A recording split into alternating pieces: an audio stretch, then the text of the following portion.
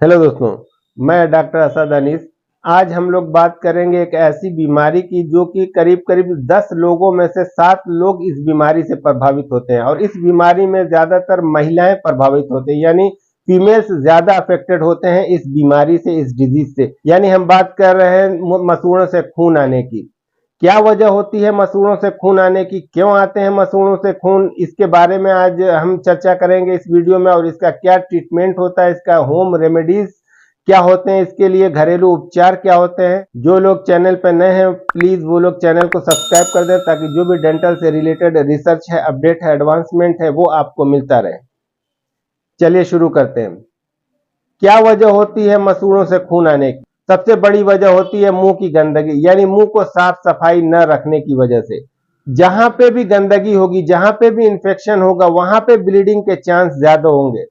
यानी अगर आपके मसूड़ों से ब्लीडिंग हो रही है तो इसका मतलब कि आपकी ओरल हाइजीन मेंटेन नहीं है। बहुत से लोग हम लोगों से बताते हैं कि हम दोनों टाइम सुबह और शाम ब्रश करते हैं मगर फिर भी हमारे मसूड़ों से खून आता है। इसकी क्या वजह होती है? देखिए, जो चीजें हैं, जो प्रॉपर वे में जिस तरीके से ब्रशिंग टेक्निक होती है उस तरीके से हम ब्रश नहीं करते हैं। कुछ कुछ जगह, कुछ हिस्से ऐसे हमसे छूट जाते हैं जिसकी वजह से वहां प्लाक जमा हो जाता है। प्लाक जमा होने के बाद फिर वो कैल्सिफाइड हो, कैलकुलस बन जाता है, कैलकुलस जमा हो जाता है, तो फिर वहां पे इन्फेक्शन होता है, वहां से ब्लीडिंग होती है। दोनों टाइम ब्रश करने के बाद भी कुछ जगह ऐसे होते हैं जहां पे ब्रश प्रॉपर वे में नहीं पहुंच पाता। जैसे सामने के दांत पे, तो सामने के हिस्से में, दांत के सामने वाले हिस्से पे तो खूब अच्छी तरीके से ब्रश हो पाता है, लेकिन अंदर की तरफ यानी जबान की तरफ कहीं ना कहीं कुछ कमी रह जाती है। यानी जितना अच्छी तरीके से ब्रश हम आगे कर पाते हैं, सामने के दांतों पे कर पाते हैं, उतनी अच्छी तरीके से हम अंदर की सफाई नहीं कर पाते और गंदगी अंदर से ही बढ़ना शुरू होती है। एक वजह और होती है, जबान के नीचे लार की ग्रंथि होती है, लार की थैली होती है, वहां से लार निकलते रहते हैं, जिसकी वजह से भी वहां पे कैलकुलस फॉर्म हो जाता है, यानी गंदगी जमा हो जाती है। यानी तो वहां पे लार जब रुकी रह जाती है तो वहां पे लार में कैल्शियम होता है, कैल्शियम की वजह से भी वहां पे कैल्सिफिकेशन शुरू हो जाता है। यानी आमतौर से आप देखेंगे, आप खुद अपना कभी एग्जामिन कीजिए, अपने मुंह को एग्जामिन कीजिए शीशे के सामने, कभी देखेंगे, अगर मुंह खोल के अंदर की साइड का देखेंगे तो आपको अंदर गंदगी नजर आएगी। यानी बाहर की साइड से और अंदर की साइड में फर्क होगा, आपको डिफरेंस दिखाई देगा। अच्छा, बहुत सी बीमारियों में भी होता है कि इन्फेक्शन हो जाता है, जैसे कि डायबिटीज में, शुगर के मरीजों में आमतौर से इन्फेक्शन होने का बहुत ज्यादा चांस होता है। तो ऐसे मरीजों को, यानी डायबिटिक या शुगर के मरीजों को चाहिए कि अपने ओरल हेल्थ का बहुत ज्यादा ध्यान रखें, अपने मुंह की साफ सफाई का बहुत ज्यादा ध्यान रखें। अच्छा, प्रेगनेंसी के कंडीशन में भी ये देखा जाता है कि जब बॉडी के अंदर कुछ हार्मोनल चेंजेस हो जाते हैं, जब गर्भवती महिला में हार्मोनल चेंजेस की वजह से भी मसूड़ों से खून आता है, यानी गंदगी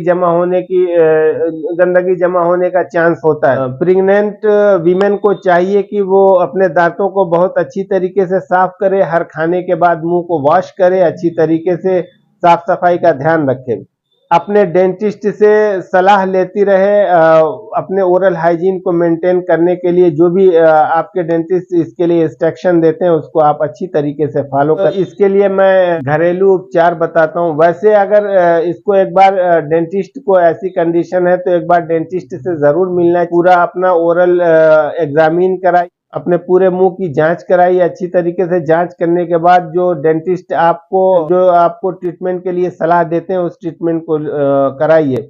जैसे इसमें कभी कभी स्केलिंग या रूट प्लेनिंग जैसे ट्रीटमेंट किए जाते हैं, तो अगर इसकी जरूरत पड़ती है और डेंटिस्ट आपको अगर इसके लिए स्केलिंग या रूट प्लेनिंग की सलाह देते हैं तो आप उसको जरूर कराइए। इसके लिए मैं होम रेमेडीज बताता हूं कि आप सुबह और शाम दोनों टाइम ब्रश करें जरूर, और दांतों के बीच में डेंटल फ्लॉस का इस्तेमाल करें। 24 घंटे में एक बार जरूर डेंटल फ्लॉस का इस्तेमाल करें। हर खाने के बाद अच्छी तरीके से मुंह को वॉश करें, दांतों के बीच में जो कुछ भी फंसा हुआ है उसको साफ करें। साफ करने के बाद जिस तरीके से आप हाथ धुलते हैं, हाथ धुलना जरूरी समझते हैं, उसी तरीके से आप मुंह को साफ करना भी जरूरी समझिए, यानी आप अपने मुंह को अच्छी तरीके से वॉश कीजिए। शाम को ब्रश करने के बाद आधा गिलास पानी, गुनगुना पानी लें, उस गुनगुने पानी में 1 चम्मच नमक डालें, सेंधा नमक हो या सफेद नमक हो, जो भी हो आपके घर में अवेलेबल है उसको आप उसमें इस्तेमाल कर सकते हैं। ज्यादा अच्छा होता है कि सेंधा नमक अगर है तो उसका इस्तेमाल करें। 1 चम्मच नमक को अच्छी तरीके से गुनगुने पानी में मिक्स कर लें। मिक्स करने के बाद मुंह में लें उसको। मुंह में लेने के बाद अच्छी तरीके से हर तरफ घुमाएं, उसको चारों तरफ फैलाने की कोशिश करें।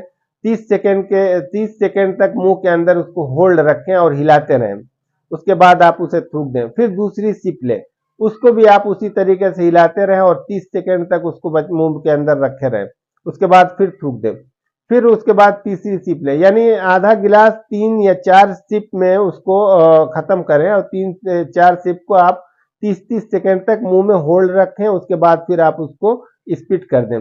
इस तरीके से आप करते हैं और इस तरीके से अपने ओरल हाइजीन को मेंटेन करते हैं तो आपकी ये सारी समस्या दूर हो जाएगी और बहुत सारी समस्याओं से आप सुरक्षित रहेंगे। जैसे दांतों की भी बीमारी से, मसूड़ों की बीमारी से के साथ साथ दांतों की बहुत सी बीमारियों से आप सुरक्षित रहेंगे। धन्यवाद।